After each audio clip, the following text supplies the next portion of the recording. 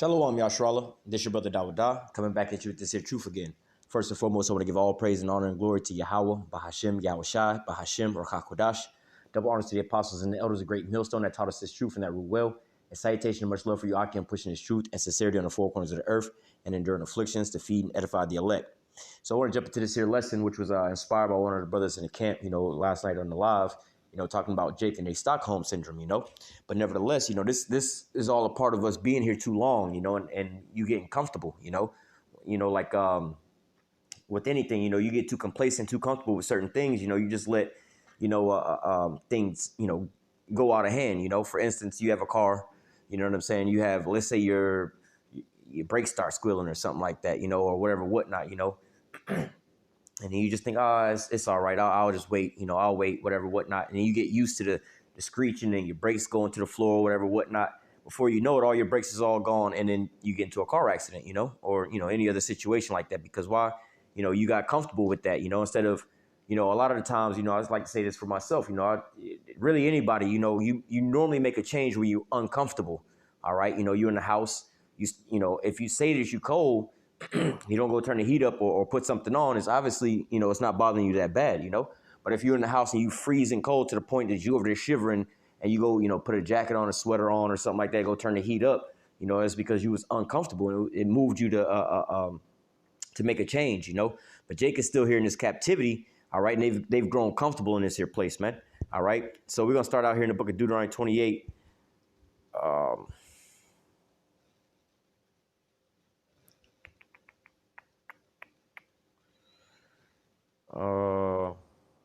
Okay, well, let me start here at 36. It says, and Yahweh shall bring thee and thy king, which thou shalt set over thee, unto a nation which neither thou nor thy fathers have known, and there thou shalt serve other gods, wood and stone. And thou shalt become an astonishment, a proverb and a byword among all the nations, whether Yahweh shall lead thee.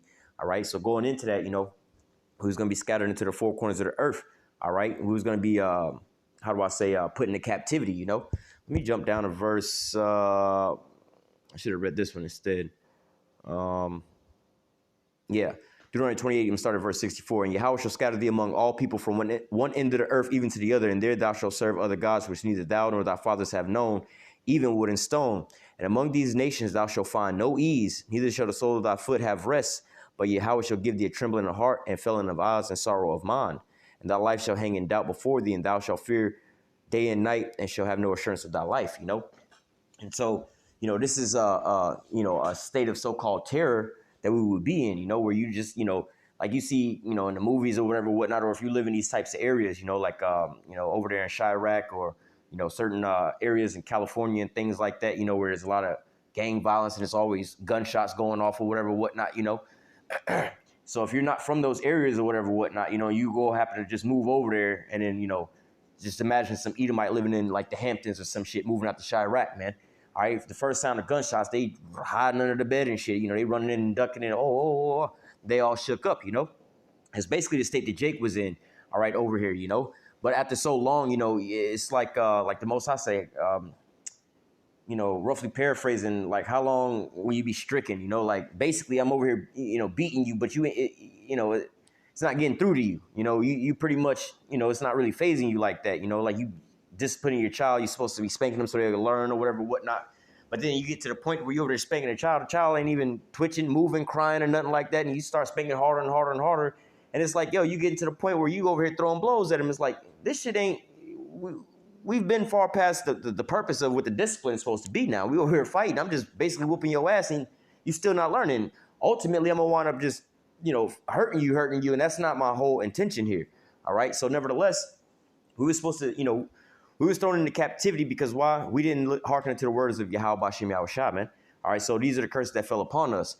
But we were basically in quote unquote timeout, or how do you say when you go to jail? You're supposed to be not reconciled. You're supposed to basically you're supposed to be, whatever your situation was, you're supposed to learn from that. You're supposed to be better off after that, But now Israel, all right, 2/3 of our people, man.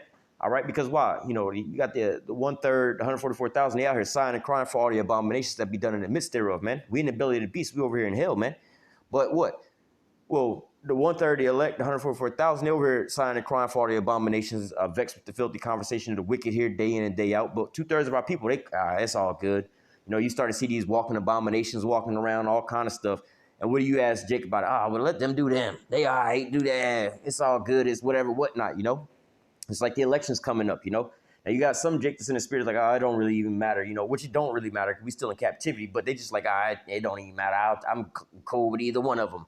Instead of like, I don't want none of these heathen reigning over me. You know, that's your proper response. I don't want no heathen reigning over me, man. I don't want nobody besides Yahweh Shai, you know, King David on down, you know, reigning over top of me, man. All right, you know what I'm saying? Dealing with these, comparably to these heathens, you know what I'm saying? We don't want none of these heathen nations, you know, reigning over top of us, you know. But 2/3 of our people, it ain't that bad. You know, you'll hear Jake out there talk about, don't stop blaming the so-called white man for all your problems, this and that, and so on and so forth, you know. It ain't that bad. Just pull yourself up, you know, because they've become complacent, right? Let me go up a little bit to verse 48. Therefore shalt thou serve thy enemies, which Yahweh shall send thee in hunger and in thirst and nakedness and want of all things. And he shall put a yoke of iron upon thy neck until he have destroyed thee. All right, so going into these things, man, we got to go to our enemies for the one of all things, man. All right, for food, water, clothing, raiment, you know, housing, jobs, any and everything that we want, man. We got to go to Esau for these things, man. And now, you know, especially with our, not to say elders, but our old heads, you know, your grandma, your grandpa, these people that's elders to you in age, more or less to say, you know, they're supposed to be role models and examples, you know. And if anything, they're supposed to be like, look, son, you know, you born into this world. Look, let me tell you straight, these people are the devil, man. Never trust our enemy, you know. So on and so forth. Make your own way if can be. Don't be over here trying to, you know, bow down to these people and just, you know, roll over belly up to these people, man.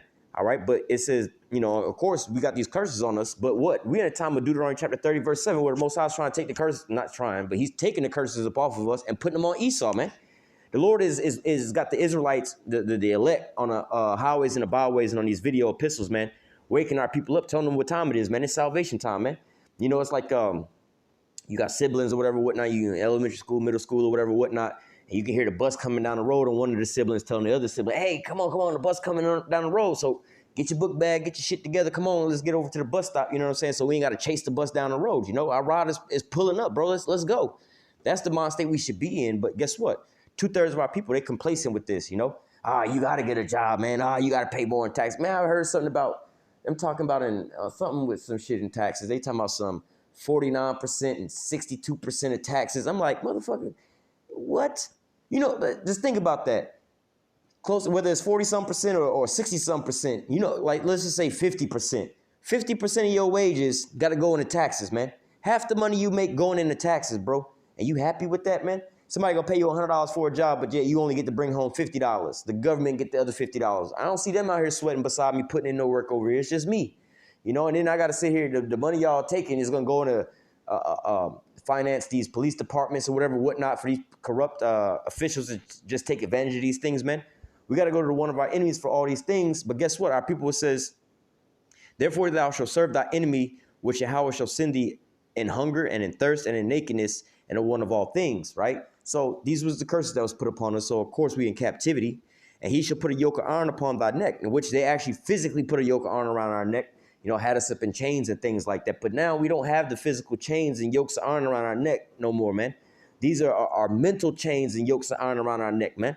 All right. Now you see how people walking around out here, man. I seen this bugged out ass Jake nigga woman out here walking around all overweight and shit. Now she's supposed to be exercising.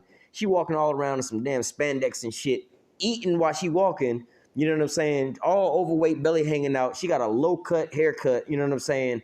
A little mohawk going in that, and over on top of that is blonde. You see what I'm saying? Our people bug the fuck out, man.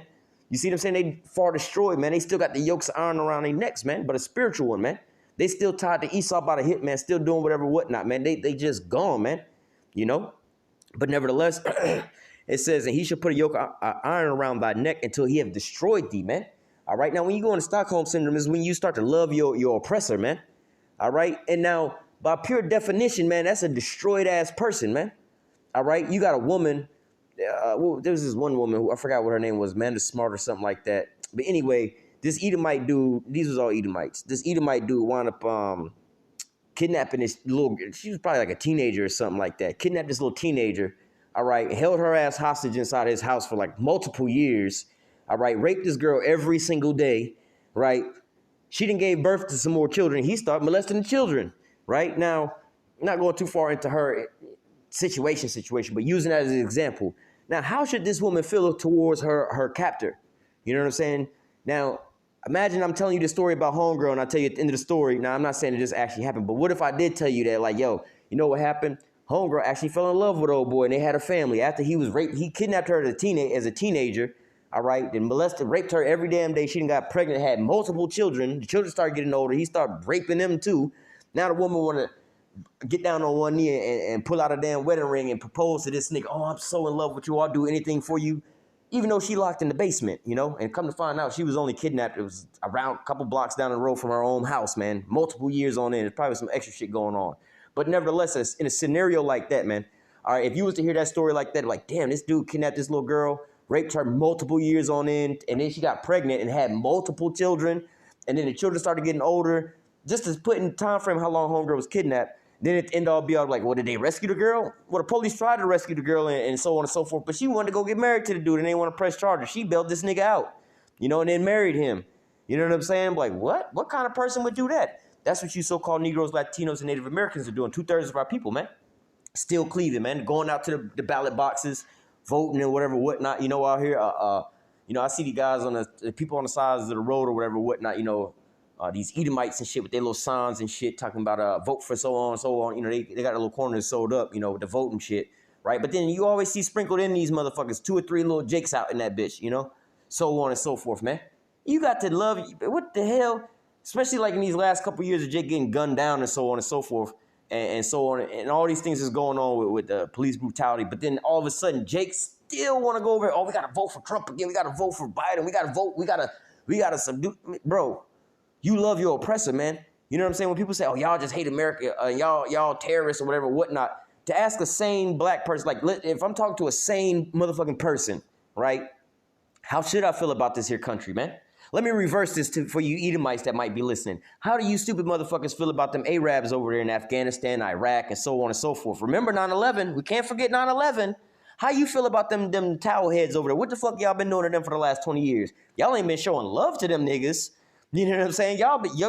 Come on, man. We was raised up by y'all, so we just taking a roll out of your playbook, man. You don't love them people over there, man. All right? This is what you think you got going on right now, man. All right? So the same way you Americans feel about the people in the Middle East because of 9/11, you don't love them people, man. You know, you wouldn't go over there and be like, hey, we need, you know, I don't see y'all protesting outside the White House to bring our troops home. We tired of bombing over there. We need to stop that. We need to show love to these Muslims, so on and so forth. We don't hear none of that. Everybody was with the shit. They was with the shits, man.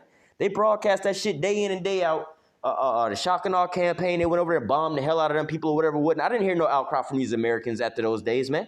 That wasn't no kind of love that we should forget about that, man. Forget about the past, man. Why don't y'all niggas forget about 9/11? We just celebrated the shit, man.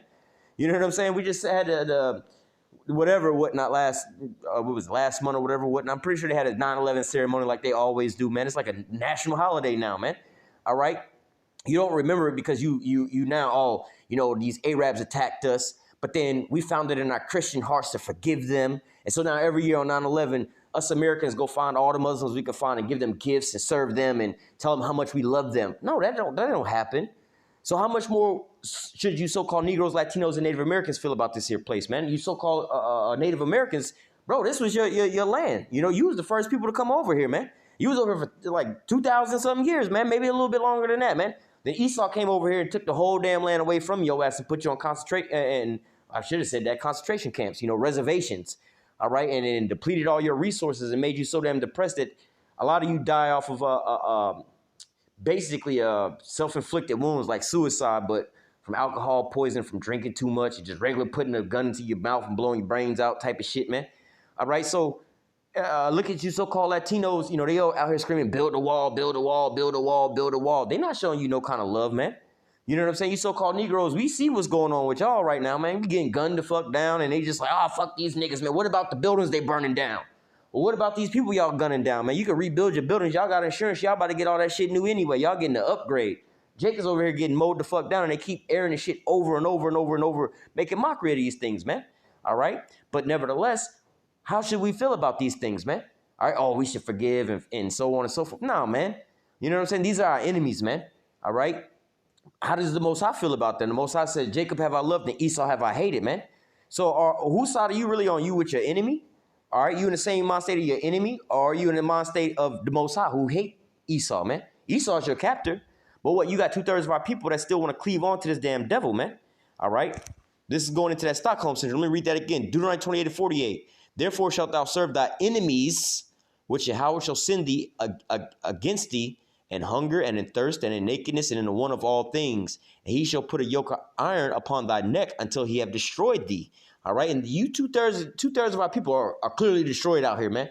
They come across the camps and they with everything, so on and so forth. But then when we start talking about slavery, Esau going into slavery and Esau can't be saved, like thus saith the scripture. Hebrews, what is that, 12 and 16? I don't want to make this too long. I don't want to go off too far. Yeah, 12 and 16, 16 and 17. Lest there be any fornicator or profane person as Esau, who for one morsel of meat sold his birthright. For you know how afterwards, when he would have inherited the blessing, he was rejected. For he found no place of repentance, though he sought it carefully with tears. All right, so look, man, whose side are you on? What spirit are you coming in? The spirit of Esau, who tells you should forgive and so on and so forth, but they don't forgive nobody. You see what I'm saying there? We ain't forgiving about that. Look at Cuba. Why Cuba's still in locked in the 50s, man, stuck in time, man? They didn't forgive them. You see what I'm saying? Like, what's going on over here with Russia, man? After the communist situation fell, the USSR fell, they didn't ever forgive them. What about the whole Middle East, man? They ain't forgive none of them. And you everyday damn Edomites walking around here, you don't forgive these damn Muslims and shit like that, man. All right? So, hey, man, 2/3 of our people are in this here Stockholm syndrome, where they still walking hand in hand with their peoples, man. Where is that? I think that's in Proverbs. Actually, there's two of them.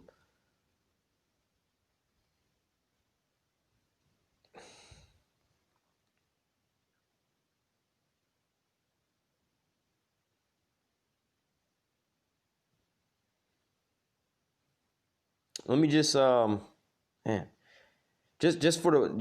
time's sake, Proverbs 16:5. Everyone that is, let me go to 4. Yahweh have made all things for himself, yea, even the wicked for the day of evil. Just like he said in Romans, I believe that's Romans 9, dealing with the Pharaoh. He raised the Pharaoh up just to break him in the sight of the people to show his power, man. All right, the Most High created him to be the punching bag, man. Just like, hey, they got those punching bags, right? And you go over there and you beat the hell out of the punching bags, or they develop a new car, right? And then they got to go through the safety test or whatever, whatnot. And they got, these had little dummies in the car. They had a little accidents and so on and so forth. These are cars that was created just to test, just to crash up, man. So, you have somebody that don't understand that concept, walk inside the facility, see this car or whatever, whatnot, and they say, oh, they're going to put on this track and run it into this wall purposely. They're like, no, why are you doing that? Why would you do all those things? Well, this was the purpose it was created for, man, just to crash this car, just to see, how strong it is or whatever, whatnot, But continuing on, verse 5, everyone that is proud in heart, these Edomites, and also 2/3 of our people, because they want to cleave unto them. Everyone that is proud in heart is an abomination to Yahweh. All right. So 2/3 of our people with this Stockholm syndrome, man.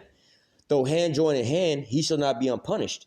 All right. So you want to keep cleaving unto your lover, your oppressor, or so on and so forth, man. You're going to go down with him, man. All right. Where's this? Zechariah 11:5. It says, whose possessors slay them and hold themselves not guilty, and they that sell them say, blessed be Yahweh, for I am rich, and their own shepherds pity them not. So going into whose possessors slay them and hold themselves not guilty. All right. So, hey, look, man, we ain't did nothing wrong, blah, blah, blah. Y'all should just forget about it, this, and that, and so on and so forth, man. Like I was saying about the whole 9/11 thing. How y'all feel about those Muslims over there, man? Y'all don't want to forgive them. All right. Y'all don't want to say like, oh, well, they didn't really do all of this. We could just let bygones be bygones, man. Same with these people over here, man. These people act like ain't nothing ever happened, man. And 2/3 of our people are in that same mind state of those people. Forget about slavery, brother. That was so long ago, man. It ain't no more racism here, man. Don't use that as a crutch, man. Come on, man. 2/3 of our people are in the same spirit as these Edomites. whose possessors slay them and hold themselves not guilty. That's fitting for Esau. He's the devil. He's the deceiver. That's what he was supposed to say. You know what I'm saying? But 2/3 of our people, man, they also in the same damn spirit too. You know, it says, whose possessors slay them and hold themselves not guilty. Forget about slavery, brother. That's so long ago, brother. Yeah, get over it. Yeah, you can't be going against the so-called white man. Let that hatred go, man. You know, trying to assimilate with them, man. It's Stockholm syndrome, man. You forgot that this was your enemy that took you from one side of the earth and brought you over here on slave ships and scattered you really into the four corners of the earth. Took your heritage from you, took all your customs from you, your language from you, the name of your powers from you, man. All right, divided you up between your brother, and all these are part of the curses, but nevertheless, who was the one that touched the apple of the Most High's eyes, man? All right, it was these Edomites, man. But how are 2/3 of our people walking around, you know, in a lovey-dovey spirit where they'll sit there and cast their own brothers away, you know, their own nation away to be with these Edomites, man? We see it day in and day out, man. We are out on highways and the byways preaching about these things, and you got the pack of Edomites walking, that one Jake with them, and he got to always turn around and say something, spread love, brothers. You know what I'm saying? To make himself feel comfortable around these damn Edomites, because why? He got that Stockholm syndrome. He walking with his oppressors. He don't want to so-called cause no kind of disruption. Oh, y'all making it a little tense for us, man. I'm comfortable right now, man. I get to go out with these guys, go watch NASCAR with these guys, drink some beers with these guys, and I feel like we're cool, you know? But nevertheless, they got you out there, you know, making fun of your ass the whole time, man. You the laughing stock of their jokes all the time. You know, they walking around, man. But you don't see it because why? You got that Stockholm syndrome, man. You take all these little petty little jokes that they have or whatever they say or whatever whatnot. It's they just playing around, you know, whatever whatnot. You out here hanging out with your Edomite friends and they go get the noose. We got the noose. Put the noose. Let's take a picture. Take a picture under this this Confederate flag sitting over here with the little Klansman hood or whatever whatnot, just for jokes and giggles. You know, we wouldn't really hang you like that, you know. But nevertheless, hey man, you got Stockholm syndrome. You doing it just for kicks and giggles and blah blah blah blah. And you want to, you know, walk around acting like Jake, you know. Man, we see it all the time, man. You see these Israelites that'll be walking around. They go so far out, especially so-called black people. I mean, the Hispanics too, all of them. They'll go and change up their whole looks and everything like that, even though this ain't our natural look. But you'll see them like, you'll see sometimes these, see a lot of the time these Jake women, sometimes a lot of the nigger women, they'll do these things. You know, they'll walk around with the damn gothic-looking outfit on, dark color lipstick, you know, especially in high school and growing up with these combat boots on and doing all kind of weird shit. Like, why you... That ain't nowhere. We don't do no shit like that. But see, you don't want to be associated with these so-called quote unquote ghetto people. So you try so far to go so far left so you don't, attain to that. You know, Northern Kingdom do the same thing, especially down here where the camouflage outfits, camouflage hat, the boots, the Wrangler pants or whatever, whatnot. Listen to country all day long, and then they act like that they Edomites, and Esau look at them as Edomites. Nah, we ain't niggers. And they make all kind of jokes or whatever, whatnot. They're like, look at these stupid niggers or whatever, whatnot, you know? Because why? They got that Stockholm syndrome. They don't even see themselves. They got the same. They don't see what's going on to their people, man. You know, they think they Edomites as well, too, you know? But let me close out with this. You know what? Let me. Where's another? Where is it at?